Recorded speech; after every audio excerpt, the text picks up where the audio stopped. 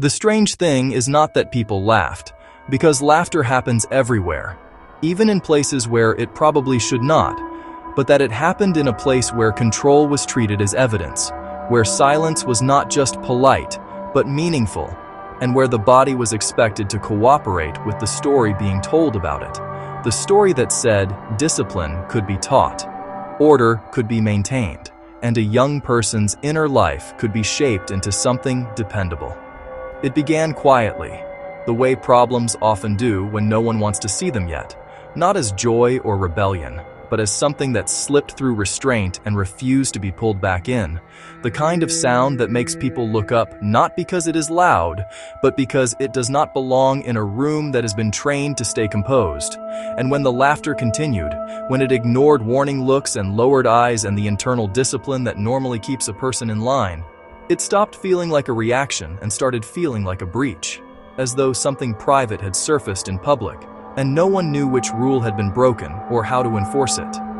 What unsettled everyone was not just that the girls could not stop, but that they knew they were not supposed to be doing this, that their faces showed embarrassment before anyone corrected them, that they understood instinctively that whatever was happening would be judged, even if no one yet knew how. Because in places built on order, loss of control carries meaning before anyone explains it, and the moment the body stops cooperating, it becomes suspect. And when the laughter appeared again in other people, not because anything was funny, not because anyone wanted to join in, but because something in them answered it without permission, the story stopped being about a school and became something else entirely. It became a story about what happens when pressure builds quietly, when authority reaches its limit without announcing it has done so, and when the systems meant to shape behavior discover they cannot always contain what the body decides to express. Because this was never a story about joy. It was a story about order failing without collapse, about control slipping without a villain, and about what happens next when no one can explain it, no one can stop it, and no one can be held responsible without admitting something far more unsettling. Welcome to They Actually Did This, where we talk about moments in history that sound made up until you slow down and realize they are not. Moments where ordinary people found themselves inside events no one planned, no one fully understood, and no one could cleanly explain after the fact. This story is about a laughing epidemic that spread through schools and villages in the early 1960s, not as a joke, not as a celebration, but as something closer to distress, something that frightened the people experiencing it and unsettled every authority figure who tried to make it stop. It is bizarre not because laughter is strange, but because of where it appeared, who it affected, how it moved from body to body without a disease anyone could identify, and how quietly it faded without resolution, punishment, or explanation that satisfied anyone involved. It is a story about pressure, belief, authority, and the uncomfortable reality that sometimes the body reacts before language does, and once it does, the systems built to manage behavior discover how limited they really are. If you enjoy watching history, prove it cannot be trusted, like the video, and subscribe. We have plenty more where that came from. In late January of 1962, at the Kashasha Girls Middle School near Bukoba on the western side of Lake Victoria, 3 students began laughing during class. And what unsettled the room was not the sound itself, so much as the way it fractured a silence that had been carefully taught, enforced, and internalized as a kind of virtue. Because this was the sort of school where composure was not simply encouraged, it was treated as evidence of character. Kashasha was a mission-run boarding school with strict routines, moral instruction, and the expectation that girls would learn not only reading and arithmetic, but the outward discipline that signaled readiness for a future larger than the village, and that expectation carried particular weight because Tanganyika had only become independent weeks earlier on December 9, 1961, and the future was being spoken about with seriousness that left little room for uncertainty, especially for students who were being educated as part of a national promise. The girls were between roughly 12 and 18, living away from home, surrounded by rules and schedules and the quiet pressure of being watched, and when the laughter began, it did not feel mischievous or defiant, which is precisely why it frightened people, because the girls tried to suppress it, pressed their lips together, lowered their eyes, whispered apologies, and still their bodies betrayed them, shaking with something that felt intrusive rather than chosen. Some laughed while crying.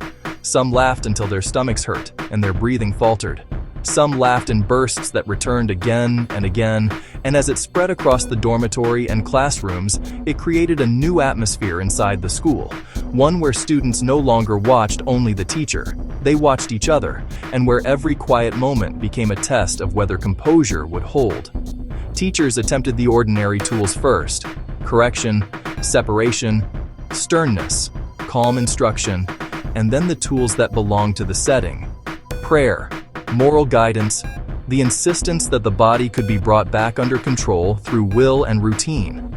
And when none of it worked, the laughter began to take on the weight of a problem that could not be categorized, because behavior that cannot be corrected suggests disorder, and disorder is the kind of thing institutions fear most when their entire purpose is to produce steadiness.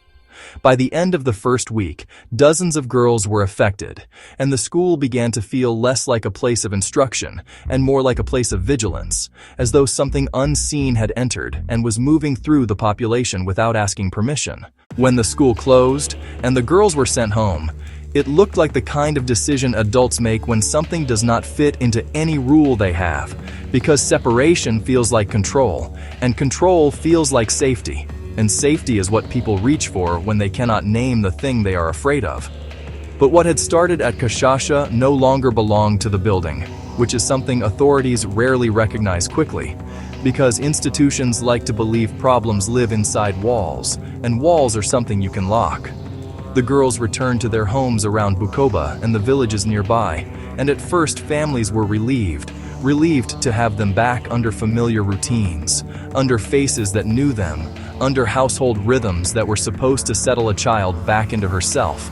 And that relief mattered because it created the expectation that this would end naturally, the way most troubles do, with rest and food and ordinary days. And then, in the middle of something normal, it would happen again, not with an announcement and not with a dramatic collapse, but with a sudden break in composure that looked almost like surprise on the girl's face, as if she felt it rising and tried to stop it.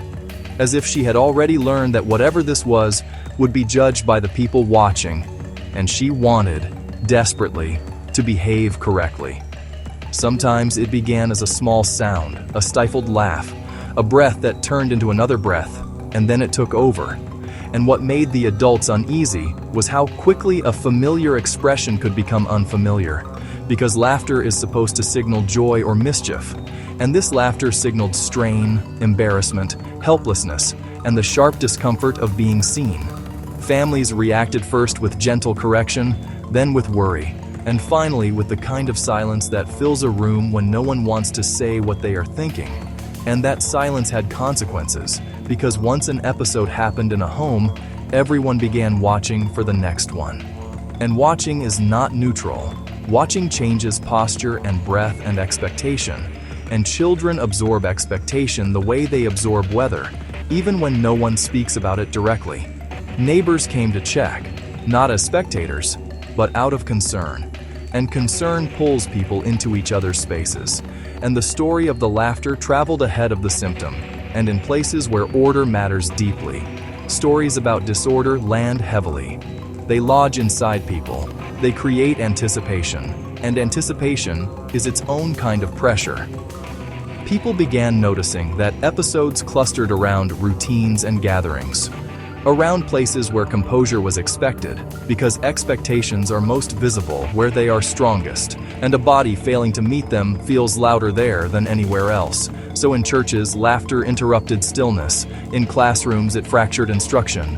In homes, it arrived where parents expected calm. And each time it happened, it altered the space slightly, because once laughter appears without joy, every quiet moment after it carries the question of whether it will return. Doctors examined the affected girls and found nothing physically wrong. No fever, no infection, no poison, no injury. And the absence of evidence became its own presence. Because when the body insists something is happening and authority cannot locate it, people begin watching themselves more closely, and that watching becomes a shared sensitivity, a nervous system stretched across a community. The laughter did not spread evenly. It followed lines of trust and familiarity. appearing where people felt seen, known, observed, and without anyone naming it. Awareness itself became part of the environment, and by the time officials began calling it an epidemic among themselves, the escalation had already blended into daily life, no longer shocking, just present. And once a community begins living around a disruption, it becomes difficult to tell where the event ends and ordinary life begins again. By March of 1962, the laughter itself was no longer the most frightening part, because laughter can always be dismissed as childish or temporary if you need it to be. And what could not be dismissed anymore was the way the outbreak was forcing every structure people relied on to explain disorder to step forward at the same time. And once those structures were in the open, once they were all standing in the same light, it became harder to pretend they could do what everyone quietly needed them to do, which was produce certainty on demand. Independence was still fresh, not as a slogan, but as an atmosphere, because Tanganyika had only become independent on December 9, 1961, and a new country does not only inherit a flag and a government, it inherits responsibility. It inherits the expectation that it can manage itself, that it can keep its people calm, that it can handle problems without looking confused. And Julius Nyerere's government was still learning that steadiness is not something you feel first and then show. It is something you show first and then hope becomes real, which meant the appearance of composure mattered in a way that went far beyond the number of girls affected. That is why the pressure landed so quickly on schools, because mission schools like Kashasha were not merely places of education. They were demonstrations, public proof that discipline, moral instruction, and routine could shape young people into something dependable. And when the girls began laughing in a way that looked involuntary and humiliating rather than mischievous, it did not register as a classroom problem. It registered as a failure of formation. And in institutions built to form, failure is not something you can tolerate for long without tightening everything around it. Headmasters tightened discipline because tightening is what authority does when it senses its grip slipping. And even when the tightening came from panic rather than cruelty, it still had the same effect, because correction without explanation does not restore control. It creates a thicker atmosphere, and the thicker an atmosphere becomes, the more everyone inside it begins measuring themselves. The more every glance starts to feel like evaluation, and the girls were already living in a world where evaluation mattered, where selection had placed them there in the first place, so the pressure did not arrive as something new. It arrived as an increase in what already existed. Then the doctors were drawn in, and they arrived with the tools their profession trusts: examinations, observations, careful notes, and a kind of language that tries to make strange events behave politely on paper. And what they found was the one result that comforts the clinician and terrifies the community, which is that nothing physical could be isolated. No fever, no infection, no toxin, no injury, no single obvious cause that could be named and contained, and the absence of a cause placed them in an immediate bind because parents were not seeking documentation, they were seeking certainty. And certainty is exactly what the doctors could not provide without lying. The honest answer calmed one type of fear and intensified another, because if there is no illness to isolate, then there is no boundary to draw around it.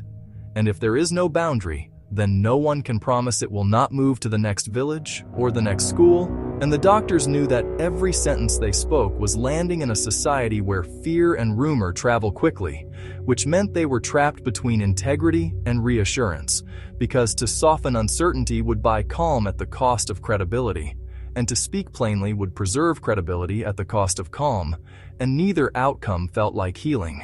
The clergy were pulled into the same space from a different direction, because Kashasha was a mission school, and that meant the school's authority was not only academic or administrative, it was moral. And when laughter appeared during prayer or instruction, it carried an implication no one wanted to state too clearly.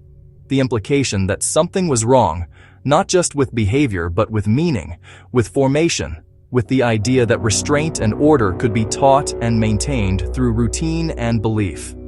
Clergy prayed, counseled, reassured, urged calm, and tried to keep the community steady without feeding the kind of interpretation that turns unease into panic. Because panic is the moment a community begins writing its own explanations faster than any authority can respond. And yet prayer becomes complicated when a community expects it to function like a switch.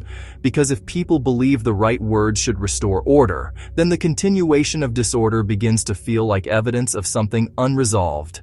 And that feeling does not stay politely contained. It becomes part of the atmosphere. It shapes expectation. And expectation is one of the quiet forces that can tighten a group until symptoms spread more easily. So doctors watched clergy, and clergy watched doctors, and teachers watched both, and each group recognized the same problem in a different shape, because they could see that attention changed symptoms, that fear altered behavior, that stories traveled ahead of evidence, and they could also see that no one had a tool designed for something that lived between belief and biology, between social meaning and private sensation, between a body that insists something is happening and institutions that need that happening to make sense. Closing the school on March 18, 1962, looked decisive on paper, and decisiveness is its own form of reassurance. But the closure also carried the event outward, because once the girls were sent home, the outbreak no longer lived in one place you could point to, which meant containment could not be accomplished through gates and schedules, and every authority involved was forced to sit with the uneasy truth that the most decisive action they took also helped the phenomenon spread into homes and villages where control was looser and rumor moved more freely, and beneath all of it was the pressure no one wanted to articulate directly, the admission that no one could reliably explain this, no one could reliably stop it, and no one could promise what it would do next. And in a society trying to build stability from the ground up, that kind of admission is not merely uncomfortable, it is dangerous, because once people believe authority cannot protect them, they begin protecting themselves through interpretation, through suspicion, through watching, and watching tightens the atmosphere again. Authority did not collapse in a dramatic way, which is part of what makes this story so unsettling, because it kept speaking, it kept issuing decisions, it kept insisting on routine, but it held under strain without understanding. And when authority holds like that, when it cannot resolve the problem but cannot admit, it cannot resolve the problem, the pressure does not disappear. It moves downward, into the people with the least power to refuse it, into the students, into the families, into the everyday spaces where the body is expected to behave, and where a body that will not behave becomes a public question no one can answer. Daily life in early 1960s. Tanganyika looked calm from a distance, the way a lake looks calm until you notice the wind drawing thin, restless lines across its surface, because the country had only just become itself, and everyone was moving forward with the careful seriousness of people who understand that stability is something you perform before it becomes something you actually feel. For the girls at Kashasha, life was not organized around choice so much as selection, because you did not arrive at a mission middle school by accident. You arrived there because someone had seen something in you that felt worth cultivating, or worth shaping, or worth risking resources on. And that meant you carried other people's expectations into the dormitories the same way you carried your bedding and your books. Most of the girls came from rural households where work began early and ended when the light failed, where education was not abstract or leisurely but leverage, a narrow opening into a different future. One where a certificate could change how others spoke to you and how you spoke to yourself. So being sent to school meant your family believed you might become someone whose presence carried weight, someone who could return home altered in small but important ways, and that belief followed you whether you wanted it to or not. The school reinforced that expectation through routine rather than force, through predictable days that left little room for private disorder, through uniforms that erased difference, through quiet corridors where noise felt out of place before anyone corrected it. And because it was a mission school, moral instruction was not confined to one period on a timetable. It was woven into the rhythm of daily life, shaping how behavior was interpreted and how failure was felt, until the girls learned, without anyone having to say it, that composure was not only desirable, it was meaningful. Many of them felt proud to be there, proud to be recognized as capable, and they carried private hopes that felt almost too large to name, hopes of becoming nurses, teachers, clerks, women who could move through official spaces without apology, women whose families would point to them and say, "This is what education makes possible." But pride sharpened fear as much as it softened it, because being chosen also meant being capable of failing. And failure did not mean only a bad grade. It meant being corrected publicly, being watched more closely, being sent home early, returning to your village with a story written plainly in posture.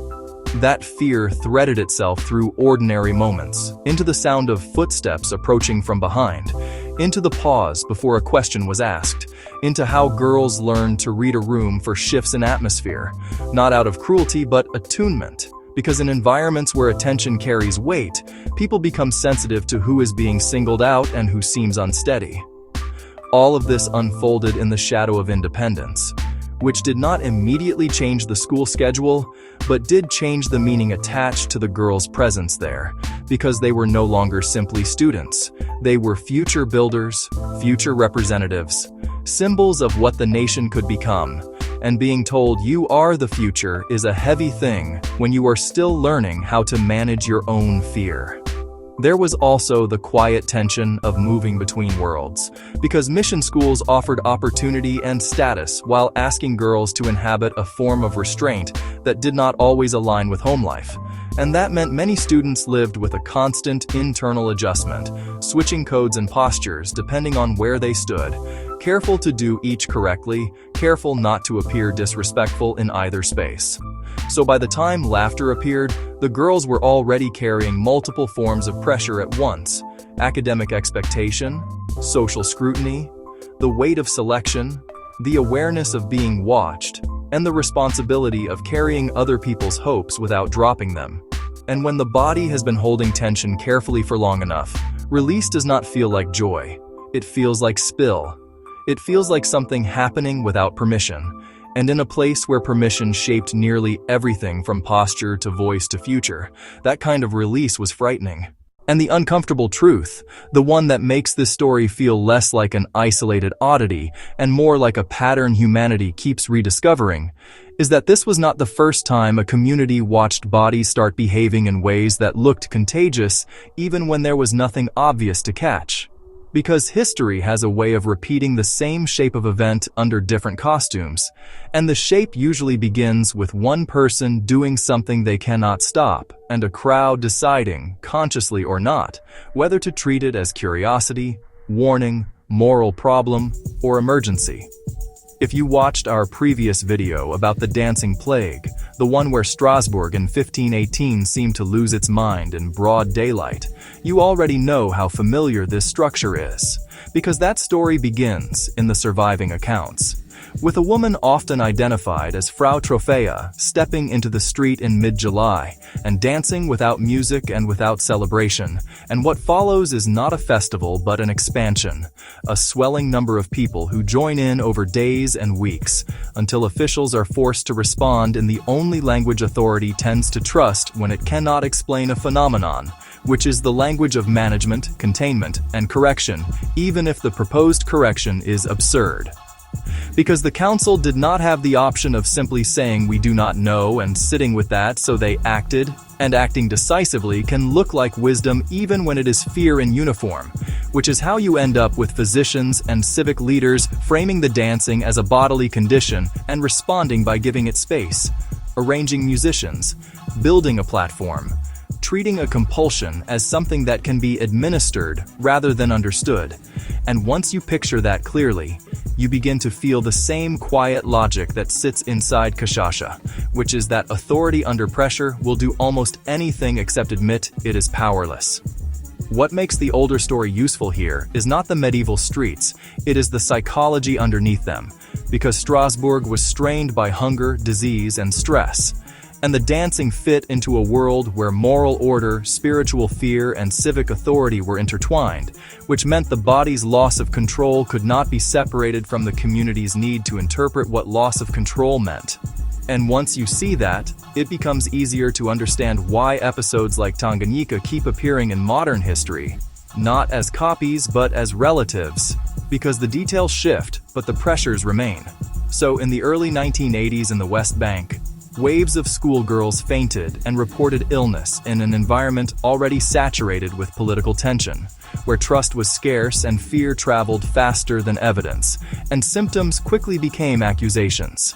And accusations became part of the outbreak itself until the event turned into something that could not be separated cleanly into medical and social categories. And then there is Portugal in 2006, where teenagers developed symptoms resembling an illness portrayed in a popular teen television show, a story jumping from screen to classroom and into bodies, not because a virus arrived, but because the idea of a virus arrived at exactly the moment stress and expectation were already present, and that overlap between anticipation and fear is one of the most powerful catalysts a community can create without realizing it. When you line these stories up next to Tanganyika, you start to feel, almost against your will, that the body can become a messenger in environments where people do not feel safe saying what they are carrying. And the message does not arrive in sentences, it arrives in movement, breath, fainting, laughter, dizziness, the kinds of symptoms that are socially disruptive without being socially articulate, which means authority rushes in to impose meaning and restore order, and that rush itself can tighten the atmosphere until the reaction spreads. So if you want us to go deeper on any of these, if you want a full episode where we sit inside Strasbourg and watch the city try to manage compulsion with civic procedure, or we walk through the West Bank outbreak and how quickly a health event becomes a political event, or we unpack the Portugal television episode and how a story can become symptoms when timing is right, or if you want us to cover other wild contagion-like episodes that hit factories, workplaces, convents, and schools across history, then drop a comment below and tell us which one you want next, because once you notice the pattern, you start seeing it everywhere, and it becomes harder to pretend the boundary between private stress and public contagion is as solid as we wish it was.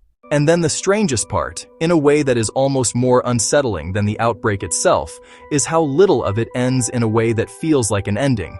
Because when people imagine an epidemic, even a strange one, they imagine a moment of discovery, a cause identified, a cure administered, an authority figure announcing that the danger has passed, and what happened in Tanganyika did not give anyone that kind of relief. What happened instead was that the response kept shifting. Not because anyone had a master plan, but because each institution involved was trying to protect the thing it was responsible for. The schools trying to protect order, the doctors trying to protect credibility, the clergy trying to protect meaning, the government trying to protect stability.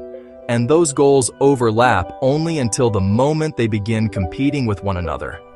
Closing Kashasha had been meant to contain the disruption, but once the girls were home, the problem was no longer located in one place, which meant there was nothing clean to close, no building to shut, no gate to lock, and that alone changed how everyone behaved, because a crisis you cannot locate becomes a crisis you manage through posture rather than action.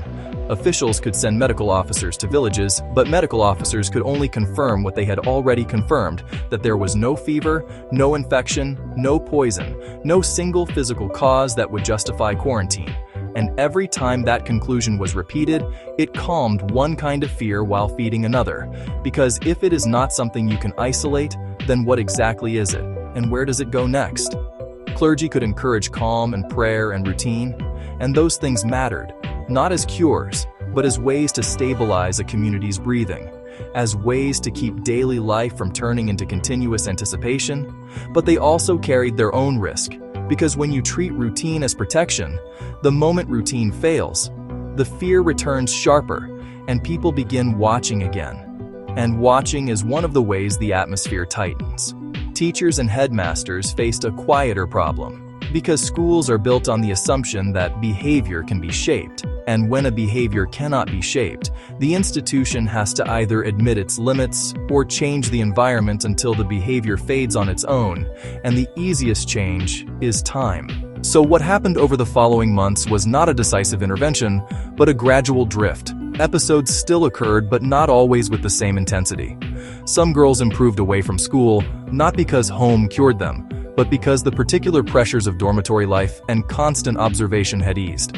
And easing pressure does not feel like cure, it feels like breathing again, while other girls experienced episodes again when they returned to structured environments, because structure can soothe, but it can also compress, and compression is exactly what their bodies had already been resisting.